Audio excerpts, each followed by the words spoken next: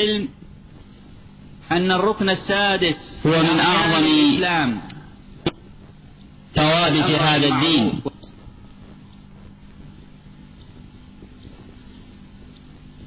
بل عده بعض أهل العلم في هذا الدين الركن السادس من أركان الإسلام،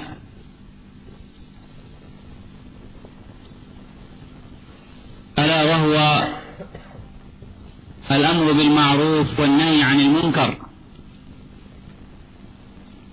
واستدل له بقول الله جل وعلا: والمؤمنون والمؤمنات بعضهم أولياء بعض يأمرون بالمعروف وينهون عن المنكر ويقيمون الصلاة ويؤتون الزكاة. الآية. ففي الآية ذكر الأمر بالمعروف والنهي عن المنكر، بل وتقديمه على الصلاة والزكاة. فقال من قال من أهل العلم أن الركن السادس من أركان الإسلام الأمر بالمعروف والنهي عن المنكر لعظيم أمره وعلو شأنه وأهميته في هذا الدين. ولهذا كاد ينحصر الدين في هذا الواجب، كما جاء في حديث أبي رقية تميم بن أوس الداري المشهور: الدين النصيحة، رواه مسلم. وفي رواية خارج صحيح مسلم كررها عليه الصلاة والسلام 3: الدين النصيحة، الدين النصيحة، الدين النصيحة. ومن النصيحة الأمر بالمعروف والنهي عن المنكر.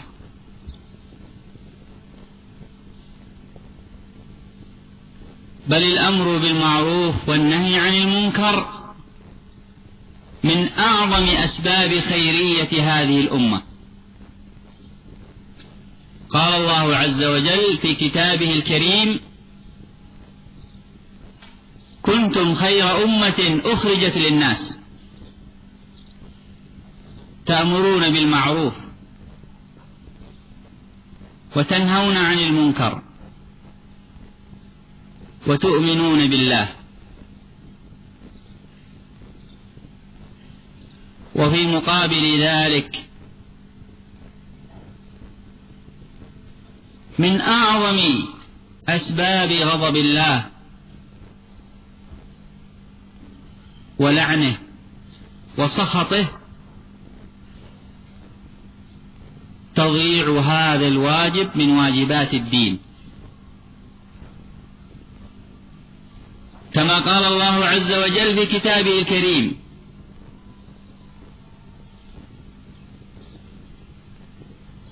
لعن الذين كفروا من بني إسرائيل على لسان داود وعيسى بن مريم ذلك بما عصوا وكانوا يعتدون كانوا لا يتناهون عن منكر فعلوه.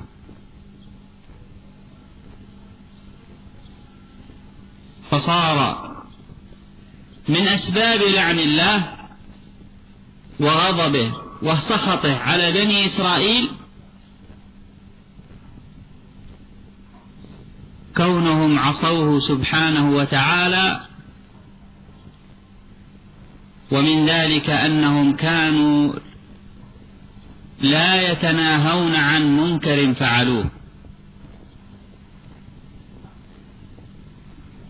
ولهذا كذلك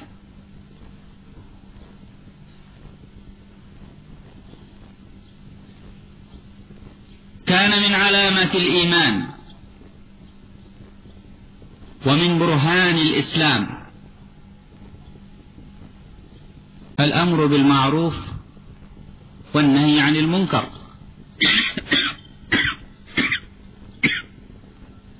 ففي صحيح مسلم من حديث أبي سعيد رضي الله عنه أنه قال عليه الصلاة والسلام: من رأى منكم منكرا فليغيره بيده، فإن لم يستطع فبلسانه، فإن لم يستطع فبقلبه،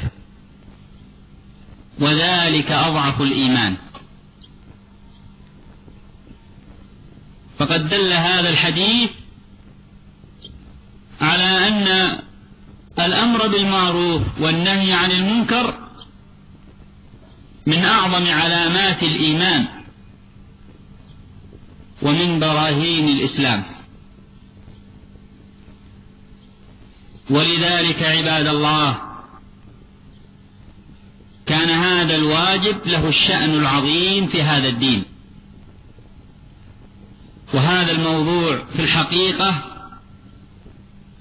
تكتنفه مباحث كثيرة لا تسعه مجالس فضلا عن مجلس، وحسبنا في هذا المجلس اليسير القصير أن نتذاكر في مبحث عظيم مهم من مباحثه، وذلك في ذكر بعض وأهم الوصايا في ضوابط الأمر بالمعروف والنهي عن المنكر، ونسأل الله عز وجل التوفيق والسداد.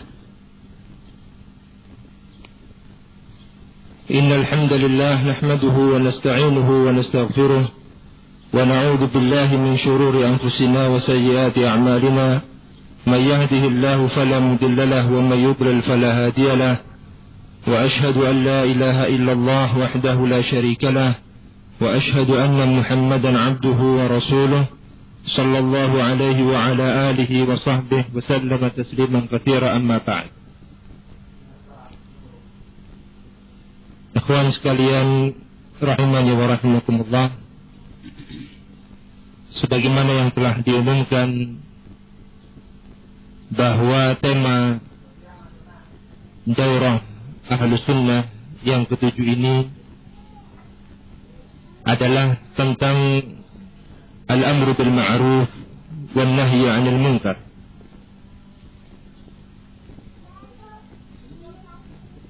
Sungguh tema yang diangkat pada kesempatan ini merupakan tema yang sangat penting dan termasuk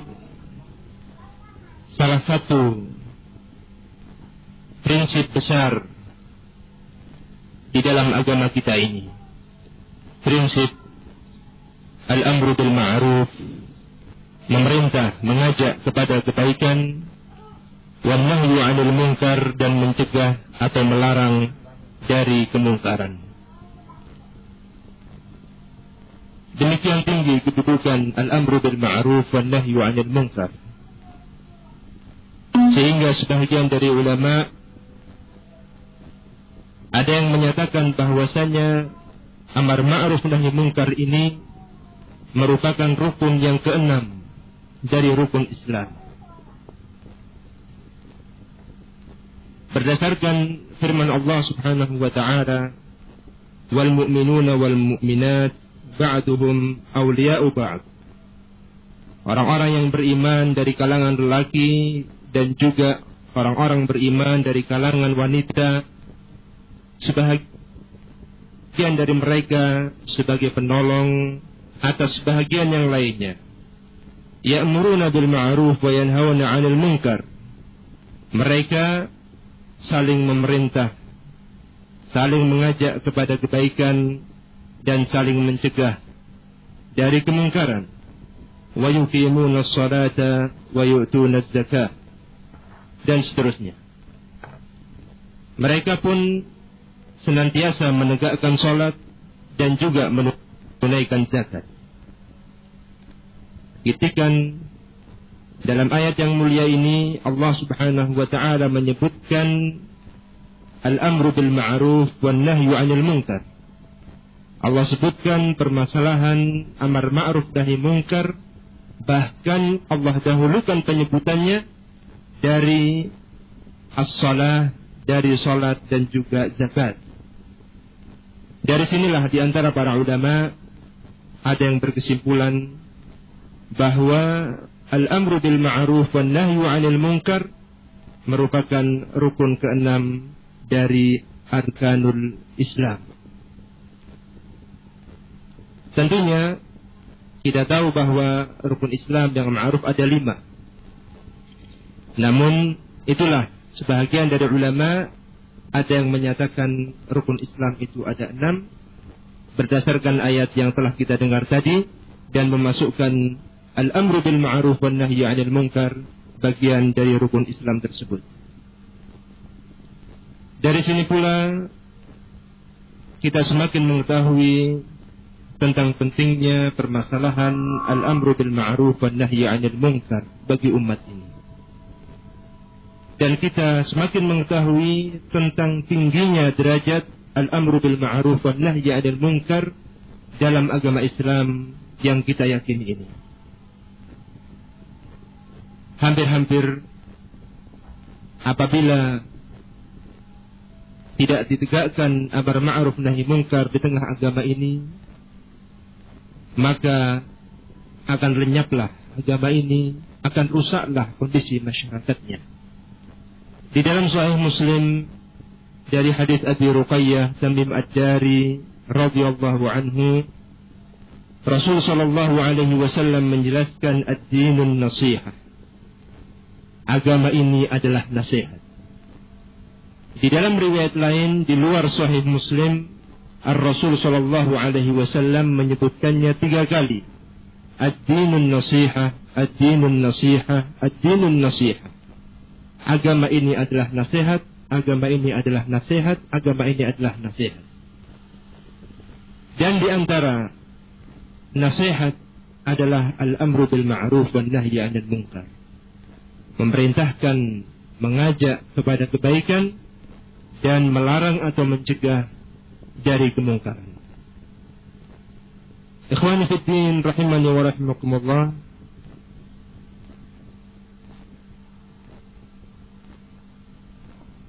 Amar ma'ruf nahi munkar kebaikan suatu umat. Apabila suatu umat menegakkan al-amru bil ma'ruf wan nahyi 'anil munkar di tengah-tengah mereka, maka akan teraihlah di tengah-tengah mereka kemuliaan dan di sisi Allah Subhanahu wa ta'ala. Kuntum khaira ummat linnas ta'muruna bil ma'ruf wa tanhauna 'anil munkar wa tu'minuna billah. Kalian adalah sebaik-baik umat yang dimunculkan di tengah manusia. Mengapa ta'muruna bil ma'ruf? Dikarenakan kalian senantiasa memerintahkan, mengajak kepada kebaikan, wa tanhauna 'anil munkar, dan dikarenakan kalian senantiasa mencegah atau melarang dari kemungkaran, wa tu'minuna billah, dan kalian senantiasa beriman kepada Allah Subhanahu wa ta'ala. Sebaliknya, ketika suatu umat tidak tegak di tengah mereka al-amru bil ma'ruf wan nahyi 'anil munkar, maka menjadi hinalah umat tersebut. Bahkan di antara sebab terbesar dari kemarahan Allah, dari laknat Allah dan kebencian Allah kepada suatu umat, manakala tidak tegak di tengah mereka al-amru bil ma'ruf wan nahyi 'anil munkar. Oleh karena itu, kita semua selaku umat Rasulullah sallallahu alaihi wasallam tidak boleh untuk menyia-nyiakan kewajiban ini, dan sudah seharusnya baik bagi kita semua untuk senantiasa di dalam Al-Quranul Karim Allah Subhanahu wa ta'ala menyatakan tentang Bani Israel, lu'inal ladzina kafaru min Bani Israel, telah dilaknat orang-orang kafir dari kalangan Bani Israel melalui lisan Nabi Dawud alaihissalam dan juga lisan Nabi Isa alaihissalam, dzalika bima 'asaw wa kanu ya'tadun kanu la yatanahawna 'an munkarin fa'aluh. Laknat tersebut disebabkan karena mereka bermaksiat kepada Allah Subhanahu wa taala, dan mereka adalah orang-orang yang melampaui batas terhadap apa yang telah ditentukan oleh Allah Subhanahu wa taala. Demikian pula dikarenakan mereka la yatanahawna 'an munkarin fa'aluh, tidak saling mencegah, tidak saling mengingatkan, tidak saling melarang tentang suatu kemungkaran yang biasa mereka lakukan. Kita perhatikan dalam ayat yang mulia ini bahwa meninggalkan al-amru bil ma'ruf wan nahyi 'anil munkar merupakan sebab datangnya laknat Allah Subhanahu wa taala kepada suatu kaum. Demikian pula ikhwani fid din, al-amru bil ma'ruf wan nahyi 'anil munkar merupakan salah satu dari alamatul iman wa barahinuddin, salah satu dari tanda keimanan dan juga sebagai bukti keislaman. Apabila tegak di suatu ummah al-amru bil ma'ruf wan nahyi 'anil munkar, maka bertanda bahwa umat tersebut adalah umat yang ada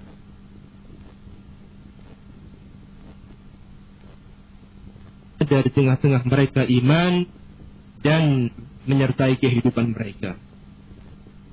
Hal ini disebutkan dalam Sahih Muslim dari hadits sahabat Abu Sa'id Al-Khudri radhiyallahu anhu. Rasul sallallahu alaihi wasallam bersabda, "Man ra'a minkum munkaran falyughayyirhu biyad." Barang siapa di antara kalian melihat suatu kemungkaran, maka hendaknya merubah dengan tangannya. Fa illam yastati' fa bilisanih, maka jika tidak mempunyai kemampuan untuk merubah dengan tangannya, hendaknya dia merubahnya dengan lisannya. Fa illam yastati' fa biqalbih wa dzalika adhaful iman. Namun jika tidak mampu dengan lisannya, maka hendaknya merubahnya dengan hatinya, dengan menampakkan, dengan menunjukkan rasa pada hati tersebut, pada kalbu tersebut. Kemudian Rasul menyatakan wadzalika adhaful iman, dan itu yakni mengingkari dengan kalbu merupakan selemah-lemah keimanan. Dalam hadis yang mulia ini Rasul sallallahu alaihi wasallam menyebutkan al-amru bil ma'ruf wan nahyi 'anil munkar merupakan salah satu tanda terbesar dari tanda-tanda keimanan dan juga sebagai bukti terbesar dari keislaman seseorang. Ikhwani fid din rahimani wa rahimakumullah, jika kita berbicara tentang topik al-amru bil ma'ruf wan nahyi 'anil munkar, maka sesungguhnya butuh pembahasan yang sangat luas. Tidak cukup pembahasan tentang al-amru bil ma'ruf wan nahyi 'anil munkar untuk dibahas secara menyeluruh dalam beberapa majelis atau dalam kesempatan seperti ini, karena memang cakupannya sangat luas. Namun mungkin dalam kesempatan ini kita akan konsentrasikan pembahasan terkait dengan beberapa poin penting seputar prinsip-prinsip penting atau patokan-patokan di dalam beramar ma'ruf dan di dalam bernahi munkar. Dawabit al-amr bil ma'ruf wan nahyi 'anil munkar.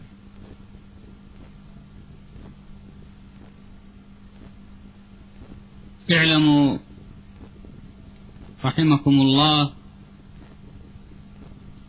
أن الأمر بالمعروف والنهي عن المنكر الناس فيه طرفان ووسط، فطرف جحدوا هذا الواجب بلسان المقال أو بلسان الحال،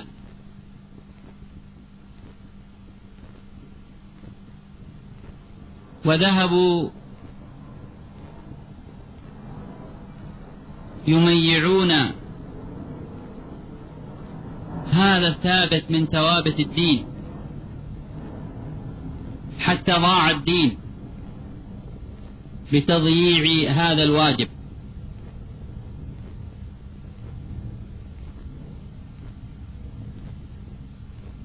إما حقدا منهم على الدين ونفاقا،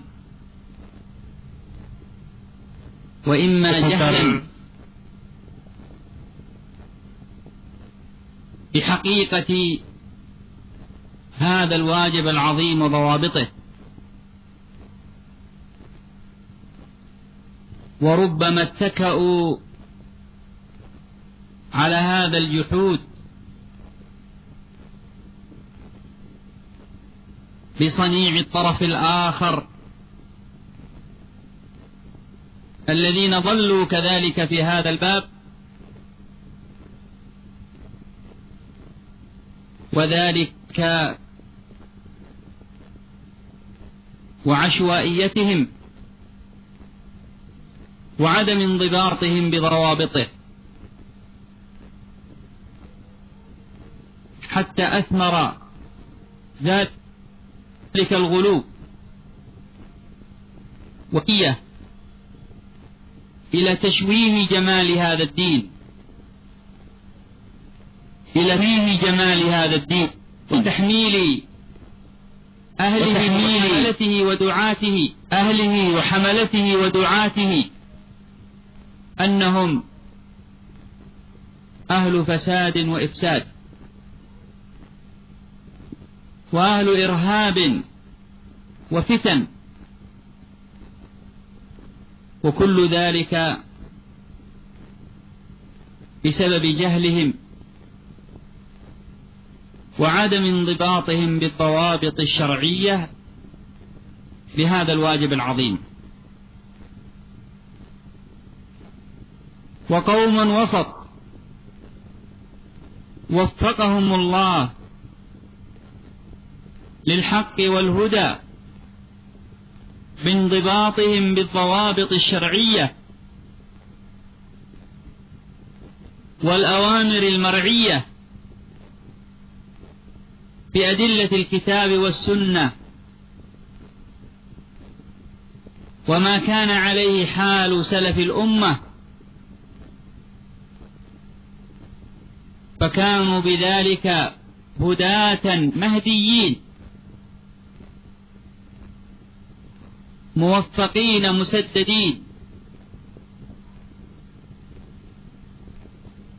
بما كان من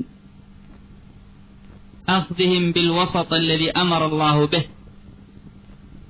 وكذلك جعلناكم أمة وسطا، وهو العدل الخيار الذي فسر به النبي صلى الله عليه وسلم كما في البخاري وغيره هذه الآية. إذن ليس وسط بالعواطف والأهواء فيكون به تضييع هذا الدين بالتفريط، أو كذلك تشويه جماله بالغلو بالعشوائية وعدم الانضباط بالضوابط الشرعية، لكنه وسط منضبط بأدلة الكتاب والسنة وما كان عليه حال سلف الأمة ومن اتبعهم بإحسان من الأئمة. فالمسألة مسألة علمية عملية ضبطت بضوابط عظيمة يجب الوقوف عليها.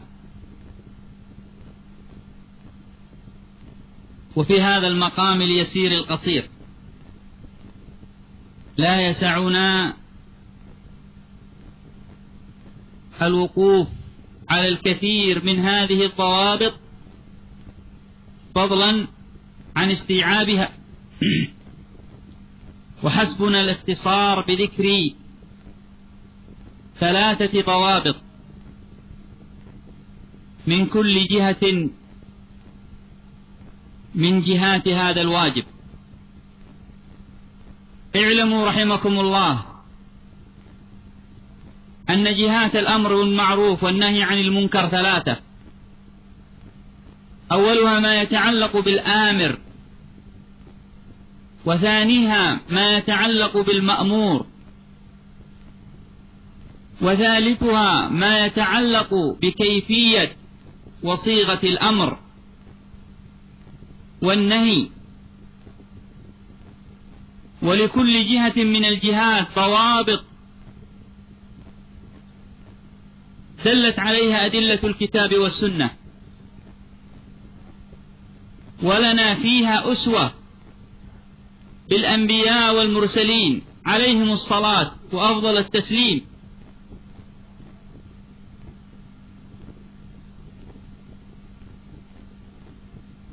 وبسيرة نبينا عليه الصلاة والسلام خاصة، والسلف الصالح من بعده ومن تبعهم بإحسان.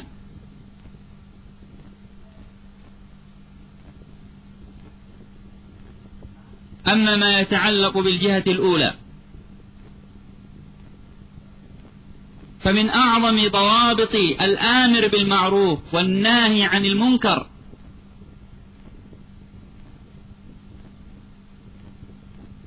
العلم والحلم، أن يكون عالما بالمعروف الذي يأمر به والمنكر الذي ينهى عنه بعلم الكتاب والسنة، وأن يكون حليما في حسن تصرفه وحكمته. وهذه من أعظم الضوابط والصفات التي يجب أن يتحلى بها الآمر بالمعروف والناهي عن المنكر.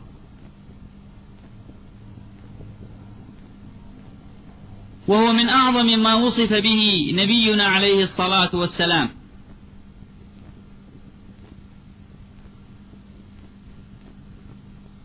كما قال جل وعلا: فبما رحمة من الله لنت لهم ولو كنت فظا غليظ القلب لانفضوا من حولك.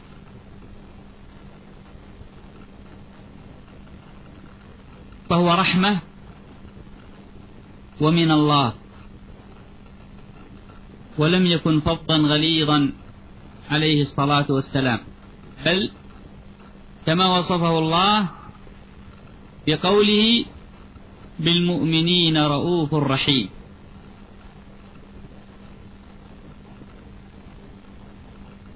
فإن مما ينبغي أن يتحلى به الداعي والناصح والناهي عن المنكر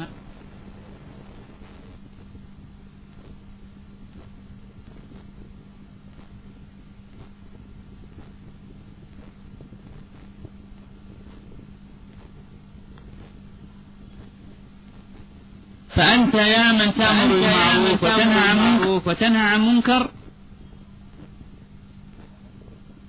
تأمر لأنك تحب لهذا الآمر المأمور وهذا الذي تنهاه الخير وترحمه. وهذا هو معنى أن أهل السنة أرحم الناس بالناس،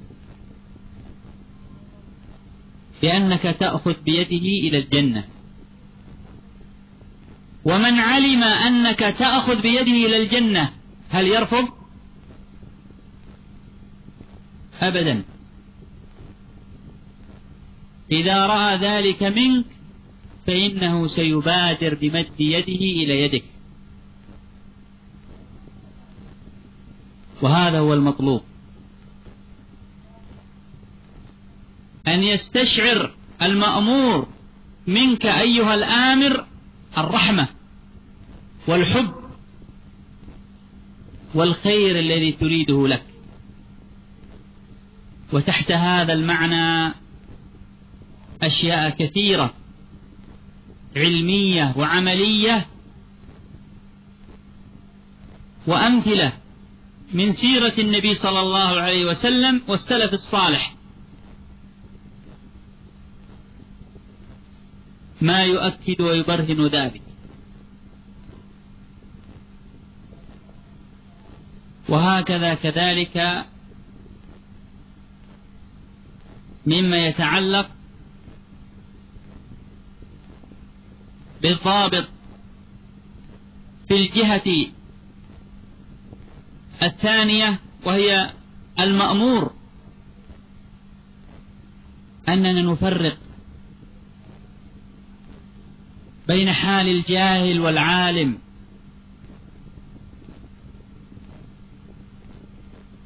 نفرق بين حال المبتدئ من المتمكن. فالعالم له حوار والجاهل له حوار وأسلوب، والمبتدئ له خطاب والمتمكن له خطاب آخر. دل على ذلك نصوص الكتاب والسنة والأمثلة الكثيرة في سيرة النبي عليه الصلاة والسلام والسلف الصالح.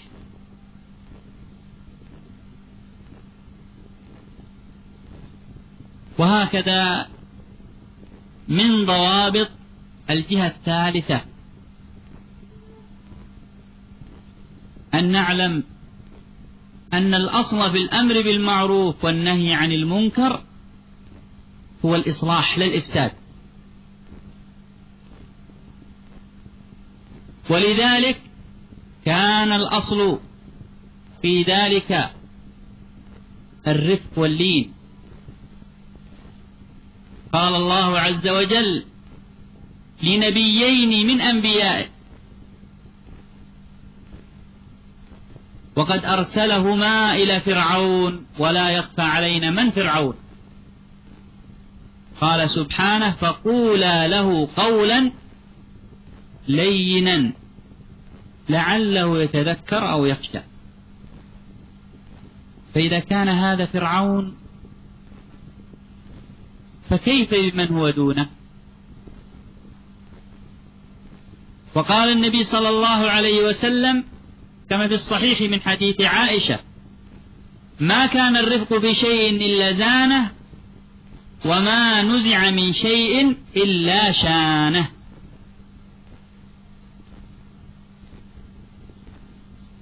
تأملوا هذا الحديث وقارنوه بسيرة النبي صلى الله عليه وسلم. ونختم بمثال يغنينا في هذا المقام اليسير القصير عن غيره من الأمثلة الكثيرة. ثبت في الصحيحين من حديث أنس وجاء عن غيره أن أعرابيا دخل إلى المسجد فبال في طائفة المسجد فزجره الناس حتى كادوا يقومون إليه، فنهاهم النبي صلى الله عليه وسلم وقال لا تزرموه، ثم دعا بدنوب من ماء فأهريق على ذلك البول، ثم دعا ذلك الأعرابي وبين له أن المساجد لا تصلح لذلك. في هذا الحديث فوائد كثيرة جدا، ومن أعظم الفوائد فيما يتعلق بهذا الموضوع فيه أولا التفريق بين معاملة الجاهل والعالم. تأمل ما أمر به النبي عليه الصلاة والسلام في هذا الحديث مع قول النبي صلى الله عليه وسلم لمعاذ: أفتان أنت يا معاذ. وقول النبي صلى الله عليه وسلم لأبي ذر: إنك امرؤ فيك جاهلية، لأجل أن نعرف كيف يختلف الخطاب بين من يعلم ومن لا يعلم. وهكذا كذلك فيه فائدة أخرى، وهي أن إنكار المنكر مشروط بألا يترتب عليه منكر أعظم منه، فتركه حتى يبول، مع أن البول في المسجد ماذا؟ منكر، لأن منعه من البول وهو قد شرع في البول يؤدي إلى منكر ماذا؟ أعظم، إذ أن البول سينتشر في مكان أكثر في المسجد، ولأنه سبب لأن ينجس ثيابه باضطرابه، ولأنه كذلك سيؤدي ربما إلى ضرره في جسده، وربما إلى فتنة بينه وبين من يزجره، ومنها انكشاف عورته، وغير ذلك من المنكرات الأعظم. فإذا من أعظم ما يتعلق في هذا الباب ألا يؤدي إلى منكر أعظم منه. وفيه ثالثا أو رابعا كذلك التدرج في الأمر بالمعروف والنهي عن المنكر، وجواز تأخير البيان عند اقتضاء الحاجة. جواز تأخير البيان عند اقتضاء الحاجة. النبي عليه الصلاة والسلام تركه حتى انتهى، بعد ذلك ماذا؟ بين له. إذن ليس كل شيء علمته وجب أن تبينه في الحال، بل منه ما يجب تأخيره. فمثلا إذا رأيت رجلا كافرا يشرب الخمر ويدخن وحالق لحيته، ماذا ستقول؟ ستبتدئ بماذا؟ تقول له: يا أخي المنكر أنت تدخن، الدخان حرام، عنده أعظم من الدخان. إيش هو؟ الخمر. ستنهاه عن الخمر، عنده أعظم من الخمر، وهو ماذا؟ الكفر. وتحريم الخمر هل نزل في مكة أو في المدينة؟ في المدينة، وهذا يؤكد لنا هذا الأصل العظيم. فإذا الكثير من الأخطاء في الأمر بالمعروف والنهي عن المنكر بسبب عدم الانضباط بالضوابط الصحيحة، ومن ذلك ألا يؤدي المنكر إلى منكر أعظم منه. قال الله عز وجل: ولا تسبوا الذين يدعون من دون الله فيسبوا الله عدوا بغير علم. نهى عن سب آلهة المشركين، مع أن ذلك من إبطال الشرك والأمر بالتوحيد. لماذا؟ لأنه سيؤدي إلى منكر أعظم، فلهذا نهى عنه. وهكذا كذلك ينبغي أن ننضبط نحن عباد الله في هذا الباب، في أنفسنا وفي تربيتنا لأبنائنا وأسرنا وفي كذلك مجتمعاتنا. وفي الحقيقة المقام ضيق وقد جاء وقت الأذان، فنكتفي بهذا، وما كان من صواب من الله وما كان من خطأ فمني من الشيطان، واستغفر الله العظيم. صلى الله وسلم على نبينا محمد وآله وصحبه وسلم، وجزاكم الله خيرا.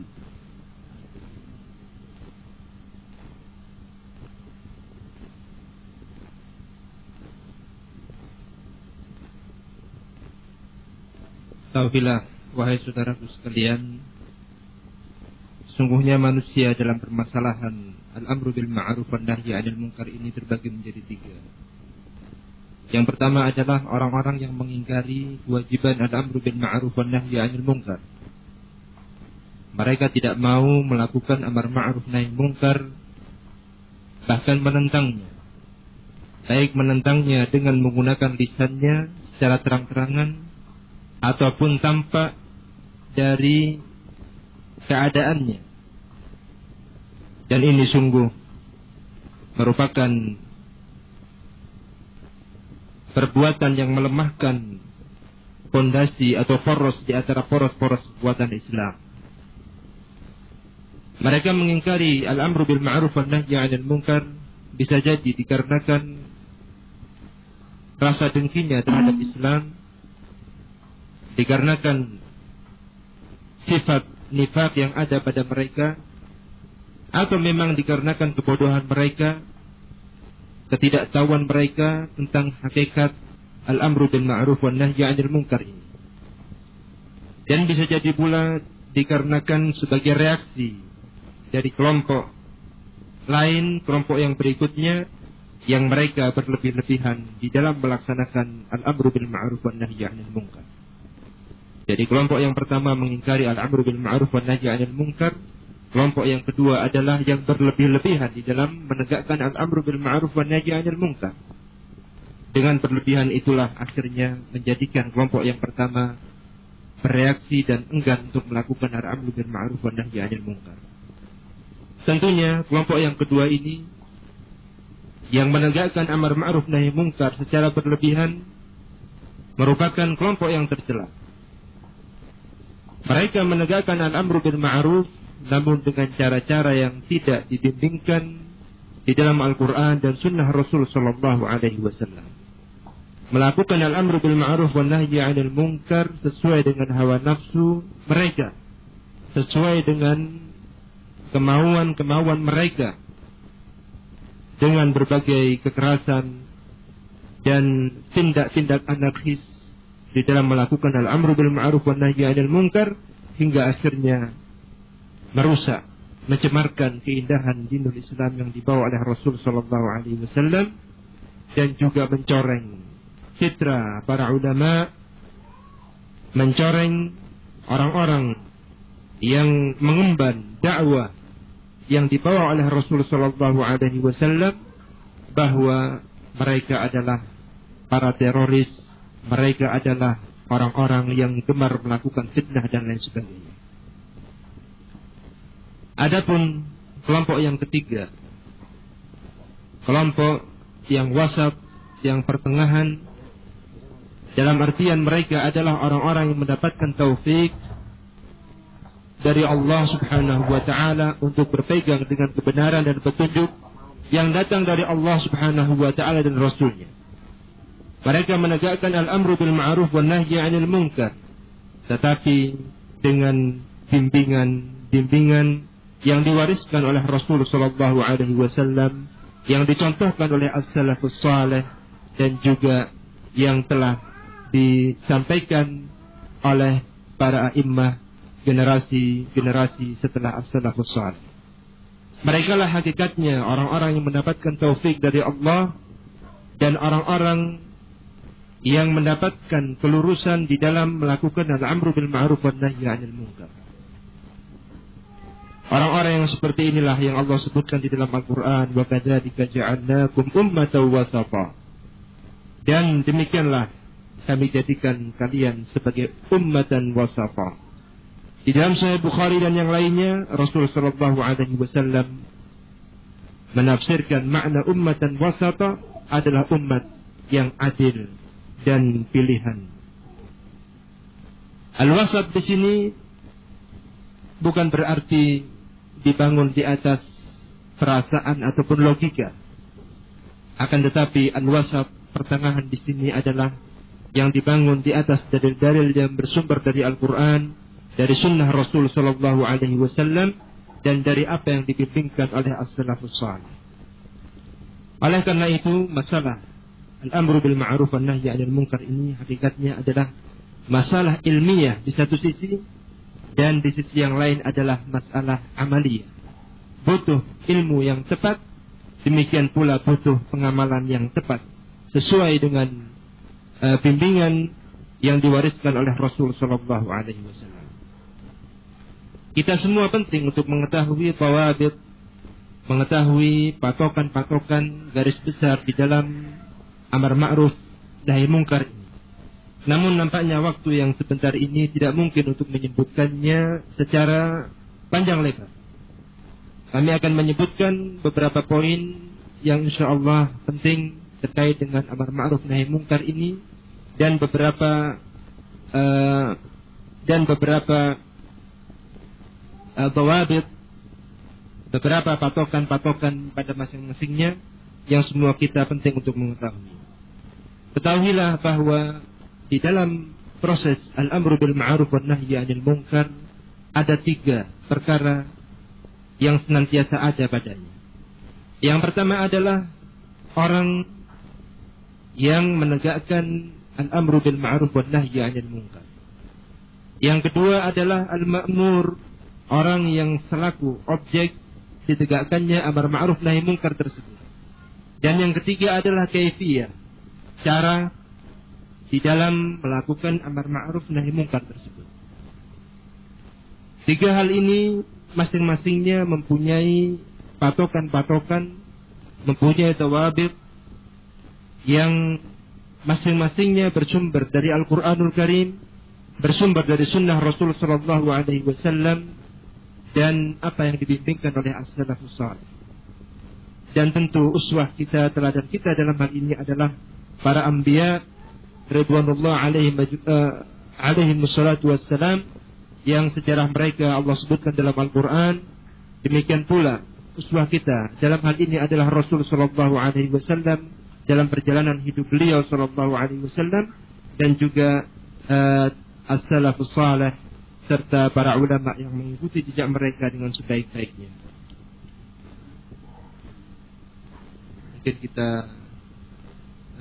azan dulu, setelah itu dilanjutkan sebentar sambil menunggu iqamah. Wallahu a'lam.